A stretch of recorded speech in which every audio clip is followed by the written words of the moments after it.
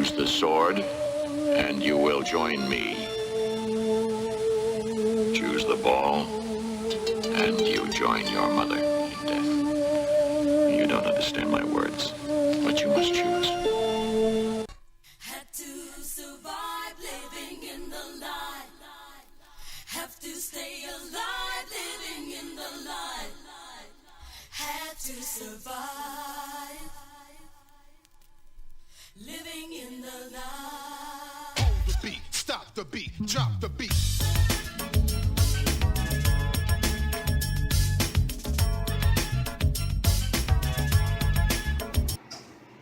You know, let's go straight to Proverbs 6 and 23. Proverbs 6 and 20. Ain't no point in beating around the bush. We need to see exactly what this is. Everybody got that scripture? Say con? Hallelujah. The book of Proverbs, chapter 6, verse 23. For the commandment is a lamp, and the law is light. So right here we have the definition for what light is.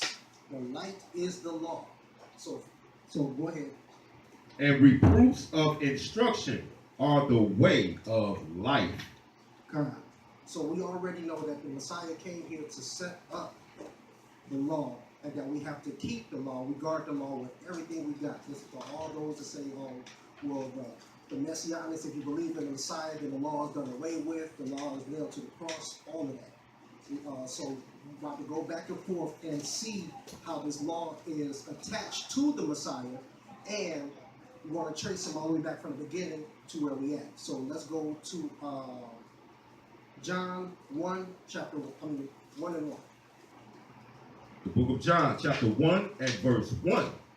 In the beginning was the Word, and the Word was with Yahweh, and the Word was Elohim. So we see right here, first thing that was said. Well, let's go look at it. Put your finger right there, and we're going to go all the way to the front. Genesis 1 and 1. The book of Genesis, chapter 1 and verse 1. In the beginning, Elohim created the heaven and the earth.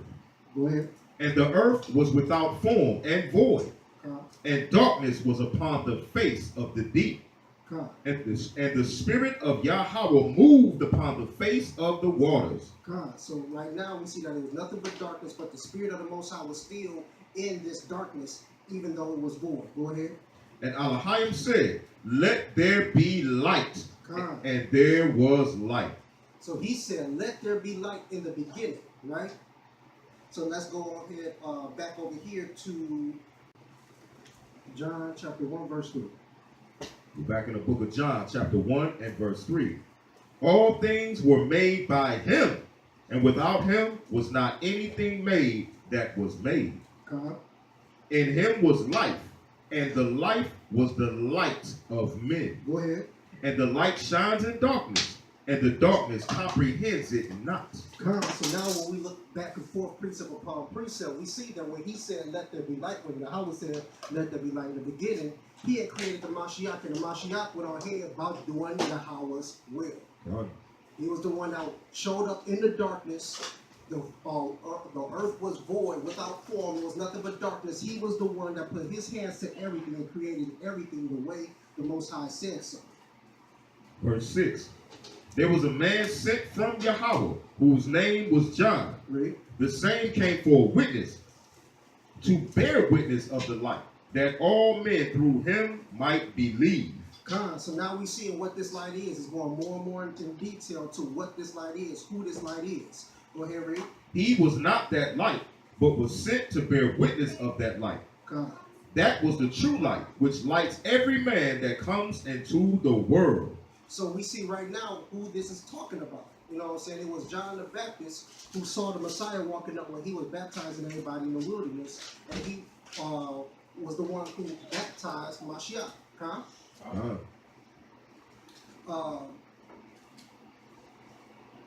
Verse 10. Verse 10. He was in the world, and the world was made by him, and the world knew him not. So right there again, we see that the world was made by him. Go ahead. He came unto his own, and his own received him not. Go ahead. But as many as received him, to them gave he power to become sons of Yahweh, even to them that believe on his name.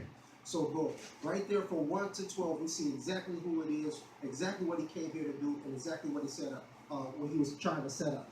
Now, remember in Proverbs 6 and 23, the law is the light.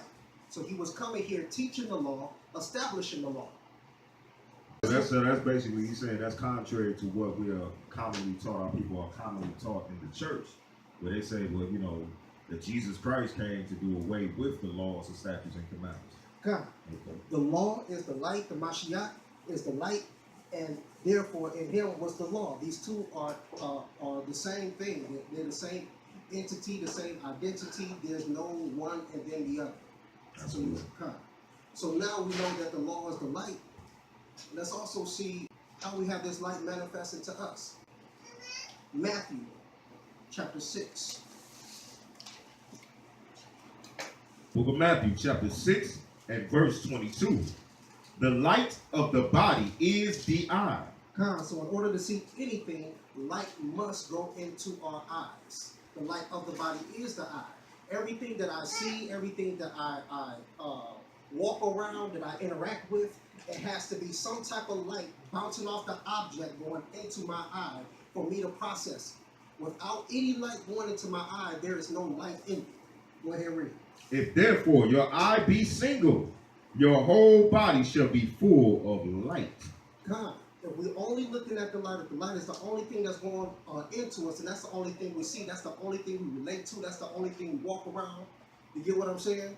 It's more than just this is how you see, this is the law. When you really sit back and think about everything that we perceive, we don't even think about it. Everything that we interact with, everything that we process, it all must have some type of light, a greater light or a lesser light, but it have to have some type of light because these eyes were not made to see in darkness. And the same is with our spirit.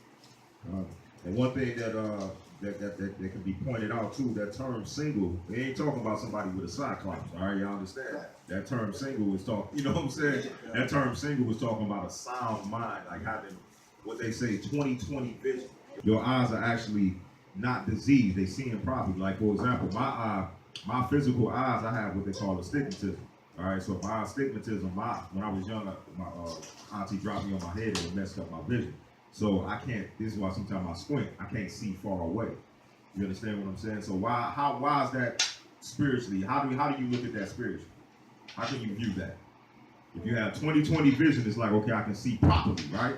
But if you have, like I said, I got physical astigmatism, I can't see as far. How does that play out in the spirit? That you can't see the word, absolutely. So a lot of our people have astigmatism in the spirit. You understand what I'm saying? Or they don't have the best vision in the spirit. So this is why a lot of our people, they walk around with their two eyeballs on the physical, but they can't see the truth. They can't hear the truth. You know what I'm saying? So just wanted to point that portion. Absolutely, and that's perfect because we got to go right back to the beginning of Genesis and see what's going on with these lights. All right, so go back to Genesis 1.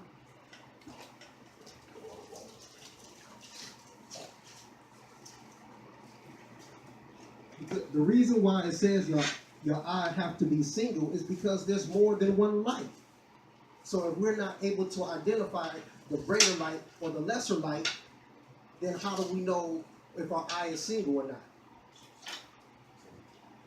I hope I'm not losing anybody because the eyes must have light to see. So if you see anything, there must be light. If there's no light, then you are blind. So our eyes must be single to the light, but what light is that? Right. Go ahead, first, Genesis 1 and 4. The book of Genesis, chapter 1, verse 4. And Yahweh saw the light, that it was good. And the Most High divided the light from the darkness. So the first thing Yahweh did was he divided the light from the darkness. Darkness and light cannot exist in the same place at one time. I know it sounds redundant. It's like we already been there, but everything I'm saying right now, you got to have it in your spiritual mind. You know what I'm saying? It's obvious what I'm saying. It's almost redundant what I'm saying. It's so easy. It's easy to look over this. Almost every person that calls themselves a Christian, and a lot of them that don't, knows this. but they're not able to see what it's talking about. So if we have any light, if we see anything at all, you know what I'm saying? I wear glasses, I got astigmatism too, but if we see anything at all, then there is light, but our eyes must be single. So the first thing we must do is separate the lightness from the darkness. Go ahead to verse 5. Verse 5. And the Most High called the light day, and the darkness he called night. So I just wanted y'all to see the order of operation. In order to see through this word, to navigate properly through the law, we must first be able to separate lightness from darkness. If somebody come up to you and say, okay, man, you know it's all right to do this. And it's like, okay, it's going to sound good to me if I don't know the lightness from the darkness. You know, whatever feels good to my flesh cannot decide, my feelings and emotions cannot decide what is righteous in the eyes of Yahweh. You know, we already know that the word is the law, and that the Mashiach is the word wrapped in the flesh. And every righteous person we see in the scripture meditated on the law day and night. And the most perfect example of this is who? King David recorded how he went into the law all the time and how he meditated day and night. He sung to the Most High. He thought about the Most High. He did everything he did was for the Most High. The Most High said that he had the mind like his own. Right. So we're going to go to Psalm 119. A man after his own heart. Come. So we're going to go to Psalm 119 and we'll see what King David have to say about the law. And we're going to see how this refers to it with the light. Book of Psalms, chapter 119, verse 85. The proud have digged pits for me, which are not after your law. So the first thing he said is the people that's trying to kill him, the people that set themselves against the Most High is not of the law. Go ahead. All your commandments are faithful. They persecute me wrongly. Help you me. Go ahead. They had almost consumed me upon the earth, but I forsook not your precepts. So these precepts is what King David meditated on constantly. So let's jump down to 92 and see what else he have to say about these precepts. Verse 92. Unless your law had been my delight, then I should then have perished in mine affliction. So his light was his delight. You know what I'm saying? The law was the light, and meditating on the Most High's law was the pleasure of King David. Verse 93. Verse 93. I will never forget your precepts, for with them you has quickened me. So we see more into this light and into this law. When we look more into the precepts, that's how the Most High can increase us more. We pray for increasing of the Spirit all the time, for us and for others. But unless we have our mind and our eyes single to this law and meditating on His precepts, how can the Most High increase us? I have more understanding than all my teachers, for your testimonies are my meditation. So we see also when we are trying to get an understanding of what's going on around us, when we are trying to get wisdom, when we meditate on the law constantly, that's what's going to make us wiser than all of those around us. So for all those that are reading the law, all those who are keeping the law, all those who are guarding the law in their lives and having that manifest in their spirit, you're going to find yourself being increased more than all those around you. All right, and you know what the deep thing is, King Dawid was actually keeping the statute that the kings were supposed to, by law, make a copy of the law and do what? Meditate on it day and night. So if we're supposed to be the kings and priests of the nation, that's what we got to follow these footsteps as well. You know, so definitely, man, I know we be caught up in our daily lives, man, but definitely try to get that word in and meditate on it day and night. Done? Done? That is important, man. All right. Go ahead. Go ahead, verse 1. Verse 100. I understand more than the ancients because I keep your precepts. So not only did keeping the law increase him more than the teachers around him and the elders around him, but he increased and excelled in knowledge, wisdom, and understanding more than the ancients because he allowed his life to come in and do what it does. Go ahead and jump down on 105. Verse 105. Your word is a lamp unto my feet and a light unto my path. So the word is the lamp. That is what holds the light. The law is the light. So the words is what holds the light, and once the words are spoken and we allow it to sink into our spirits, it literally opens up like you would a seed planted into ground, and then the essence of that seed or the essence of that word comes out and recreate after itself. It's literally seed, time, and harvest.